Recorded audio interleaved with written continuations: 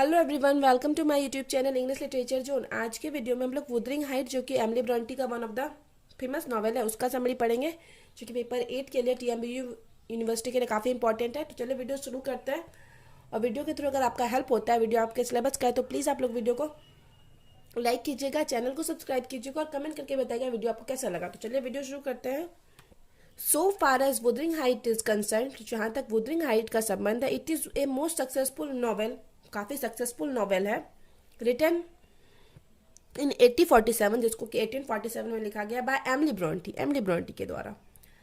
Several modern critics compare Emily Brontë with Jane Austen. बहुत सारे modern critics जो हैं, आधुनिक आलोचक, एमिली ब्रॉन्टी को जेन ऑस्टिन से भी कंपेयर करते हैं, बिकॉज क्योंकि जस्ट एज ऑस्टिन, क्योंकि ऑस्टिन की तरह ही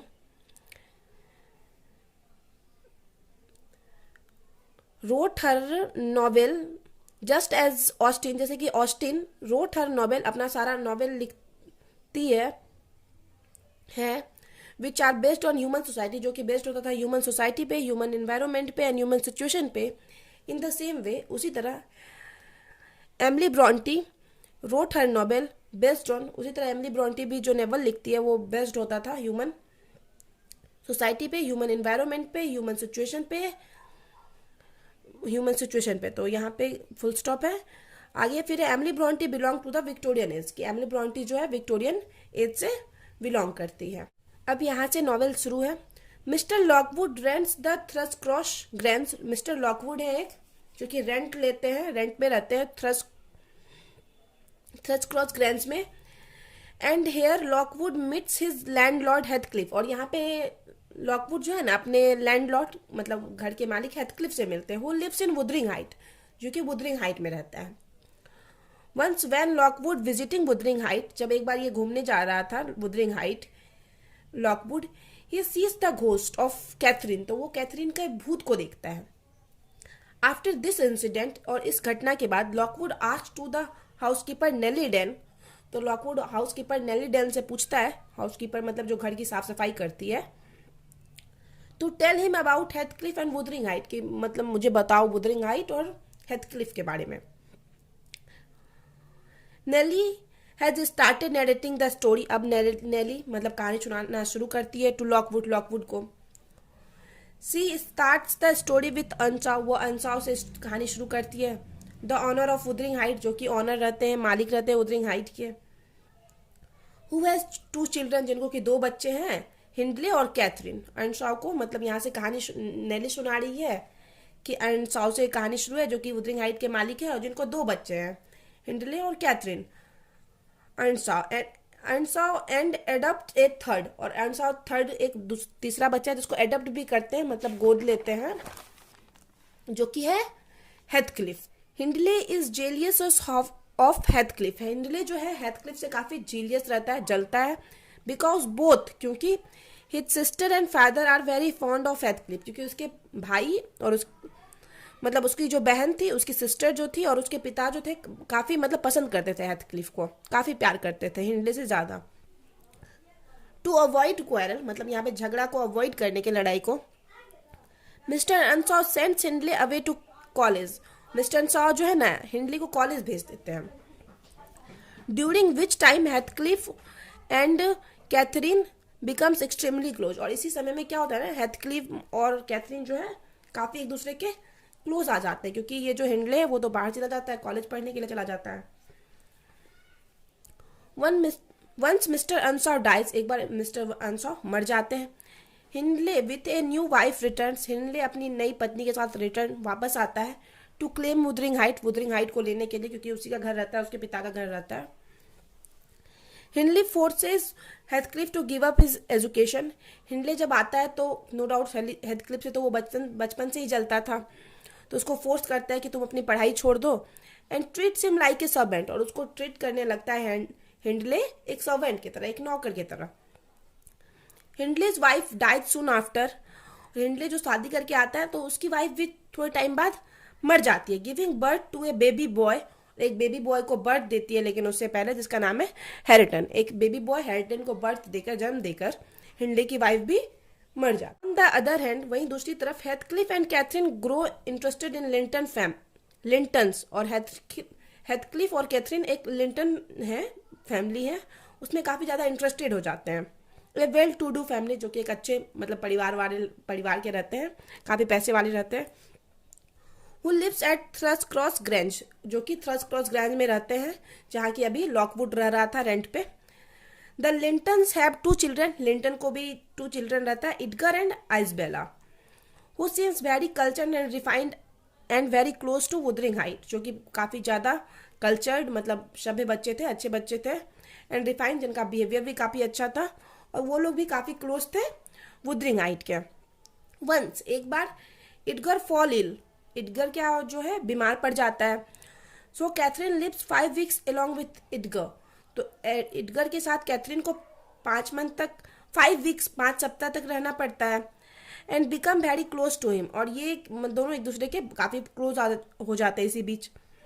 बट कैथरीन लाइक्स हेथक्लिफ, लेकिन जो कैथरीन है वो हेथक्लिफ को पसंद करती है।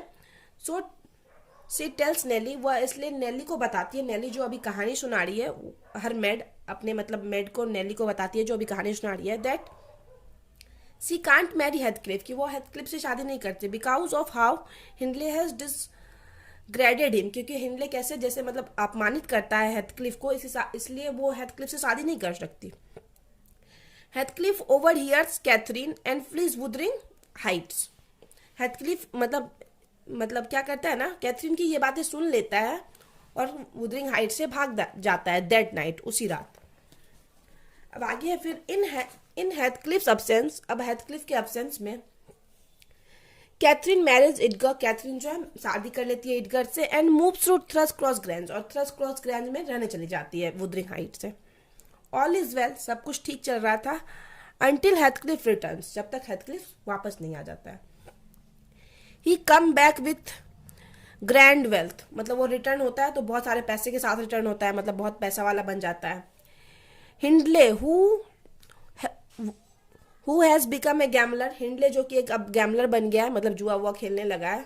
वेलकम हेथक्लिफ, वो वेलकम करता है, हेथक्लिफ का स्वागत करता है इनटू हिज होम, अपने घर में।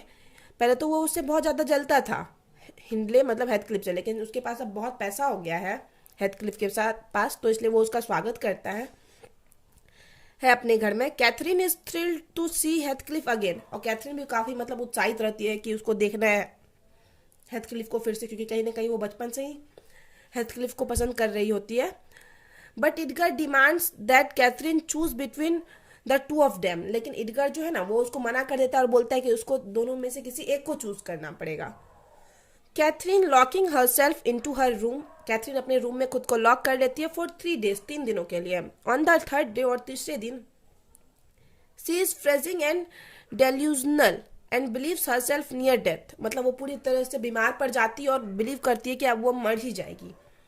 दैट सेम नाइट, और सेम उसी रात, हेथक्लिफ इलॉप्स विद आइसबेला, हेथक्लिफ क्या करता है, आइसबेला के साथ भाग जाता है।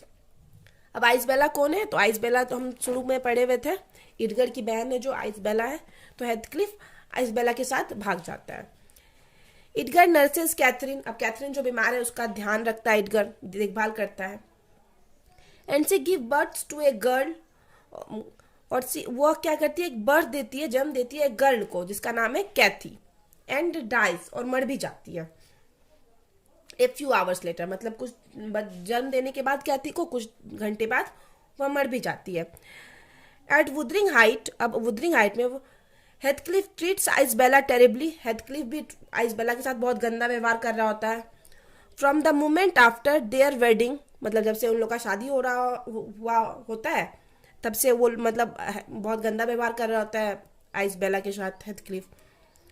आइसबेला also escape from Wuthering Height, अब आइसबेला भी क्या करती है, वो भी वुदरिंग हाइट से भाग जाती है क्योंकि उसके साथ बहुत गंदा व्यवहार कर रहा है मतलब हेथक्लिफ। एंड गोज टू लंदन, और लंदन चली जाती है। एंड गिव्स बर्थ टू हेथक्लिफ सन, और लंदन जाके ही वहाँ एक मतलब हेथक्लिफ के बच्चे को जन्म देती है जिसका नाम है लिंटन, मतलब हेथक्लिफ और आइसबेला का भी बच्चा होता है जिसका नाम है लिंटन। एक कैथी भी जो रहती है वो कैथरीन और एडगर की बेटी रहती है, और और एक और है यहाँ पे हिंडले, और उसकी वाइफ का बच्चा रहता है हैरिटन। 3 बच्चे हो गए, मतलब हैरिटन, कैथी और ये Linton. Hindley dies 6 month later. Hindley भी बहुत मतलब 6 मंथ के बाद मर जाता है। सो डीपली डेप्ट टू हेथक्लिफ, वो हेथक्लिफ से बहुत ज़्यादा कर्ज ले रखा था।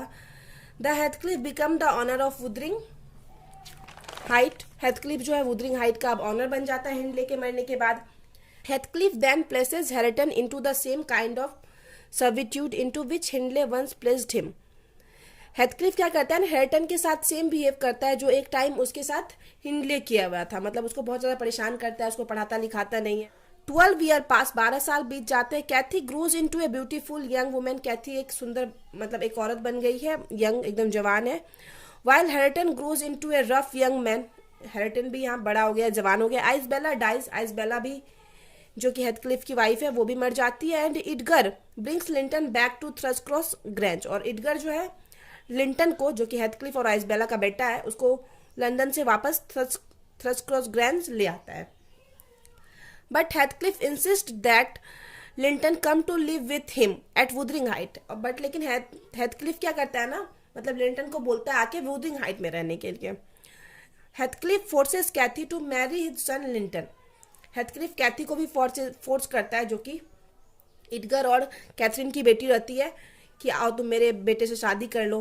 हुई sickly and died shortly after the marriage. जो कि बहुत बीमार भी था लिंटन, मतलब थोड़ा सिक था, बीमार था, तो वह इस वजह से वह इन लोग की शादी के बाद मर भी जाता है।